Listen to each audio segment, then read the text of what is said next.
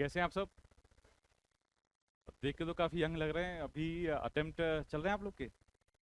अभी नहीं। Third year 3 year batch है क्या ये? अच्छा अच्छा। कैसी चल रही तैयारी आप लोग की? कैसी चल रही तैयारी? सही सही सही। तो सर लोग तो हालांकि गाइडेंस देते हैं, सर लोग का गाइडेंस लेके ही मैं बना हूँ। अब मैं वो बता देता हूँ जो मैंने कुछ किया नया, और आप लोग को करना चाहिए। तो प्रारंभिक परीक्षा से स्टार्ट करते हैं, प्रीलिम्स से। तो देखो, प्रीलिम्स में मैं 19 से प्रिपरेशन कर रहा हूँ, 19, 20, 21, 22। आफ्टर ऑल 22 में सिलेक्शन हुआ है। तो 19 के आसपास तो ऐसे सिलेबस नहीं था एमपीपीएससी का कि डिसाइड हो कि यूनिट 10 है, 10 यूनिट है, वो पढ़नी है अपन को। कॉम्प्रिहेंसिव सिलेबस था, सब कुछ पढ़ते थे, लूसेंट वगैरह एवरीथिंग। लेकिन उसके बाद 10 यूनिट आ गई हैं अब।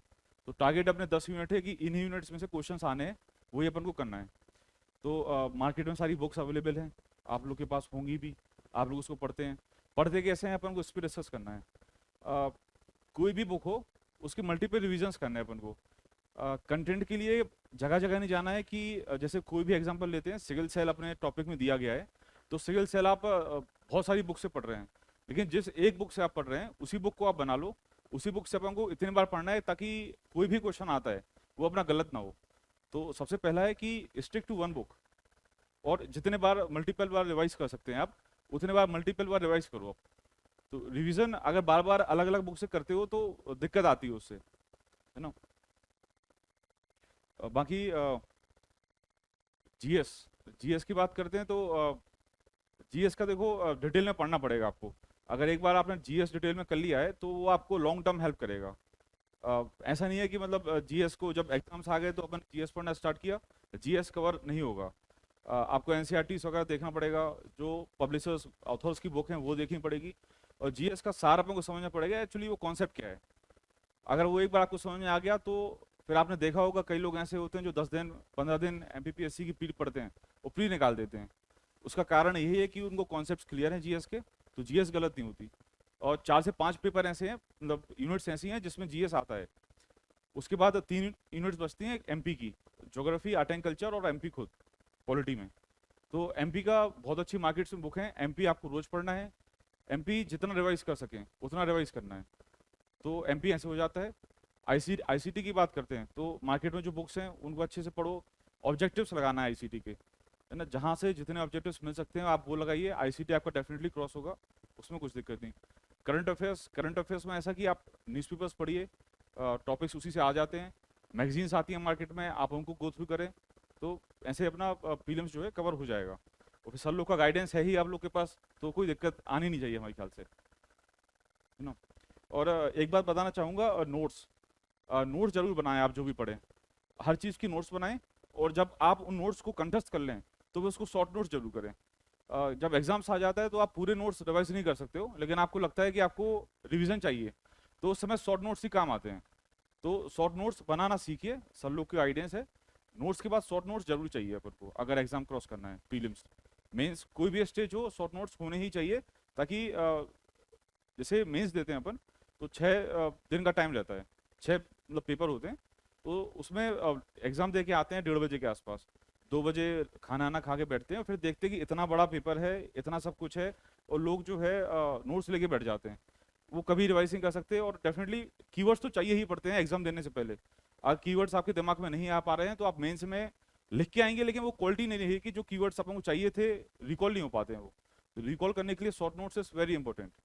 तो शॉर्ट नोट्स की आदत डालें आप लोग। और बाकी यंग हो, अभी टाइम है, अभी बना भी सकते हो, है ना।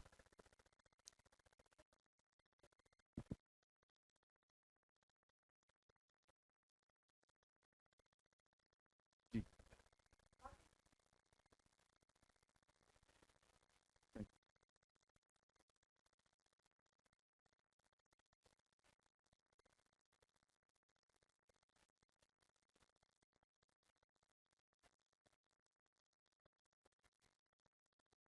बिल्कुल, बहुत अच्छा क्वेश्चन है। इसी को कमिटमेंट कहते हैं।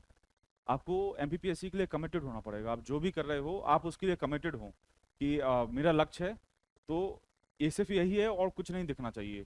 हालांकि आज के टाइम पे जैसे डिस्टरबेंस बहुत ज़्यादा हो जाता है, कहीं सोशल मीडिया, कहीं कोई दोस्त, तो जैसे आपने बताया कि 7 दिन पढ़ लेते हैं, 8वें दिन रिदम टूट जाती है, या फिर 2-4 दिन पढ़ लिया किसी ने, 5वें दिन लाइब्रेरी नहीं जा रहे हैं या फिर रूम पे नहीं पढ़ाई कर रहे हैं।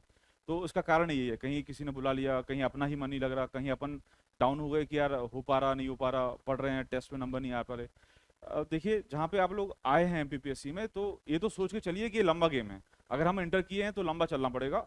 हो सकता है कोई पहली बार में निकल जाए, कोई दूसरी बार में, जैसे मैं स्वयं हूँ, मैं 4 बार लग गया मुझे प्रयास करते करते, चौथी बार में मुझे सक्सेस मिला है।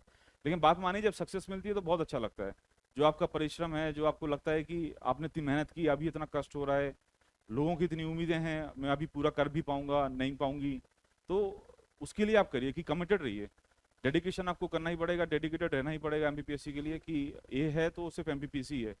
उसके अलावा जैसे एमपीपीएससी कर रहे हैं तो कई लोग क्या करते हैं कि वनडे एग्जाम के लिए चले जाते हैं, या वो कहते हैं एमपीपीएससी कर रहे हैं तो हम यूपीएससी कर लेते हैं। तो भटकाव मत रखिए, अगर आप एमपीपीएससी कर रहे हैं तो फिर आप एमपीपीएससी में ही रहिए, और एमपीपीएससी को जितने अच्छे से कर सकते हैं तो डेडिकेटेडली एमपीपीएससी पे ही रहिए, है ना। बहुत अच्छा एग्जाम है, और सर लोगों का गाइडेंस रहेगा, आप लोगों को सीखिए उन लोग से, कमिटेड रहिए अपने एग्जाम के लिए। तो I think you are all unstoppable, कोई नहीं रोकेगा आप लोग को।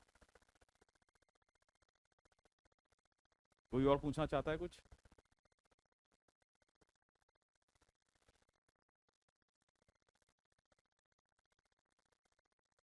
आपकी आवाज़ नहीं आ रही, थोड़ा पास आ जाओ ना, इधर आ जाओ।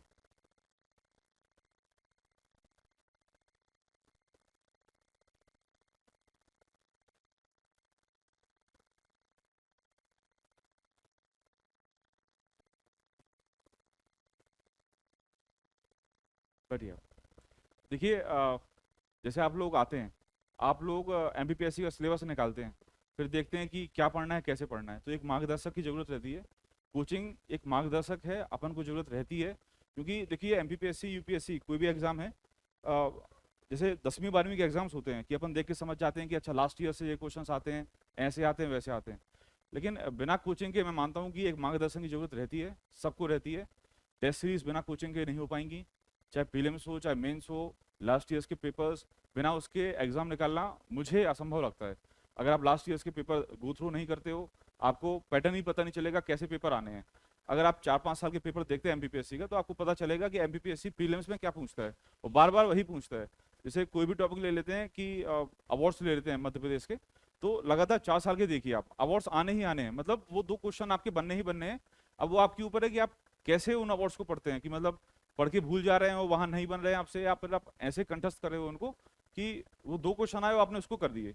तो आप लास्ट ईयर्स के पेपर इज़ वेरी इंपॉर्टेंट, आपको देखना ही पड़ेगा, एनालाइज करना ही पड़ेगा, सर लोग का गाइडेंस लेना ही पड़ेगा।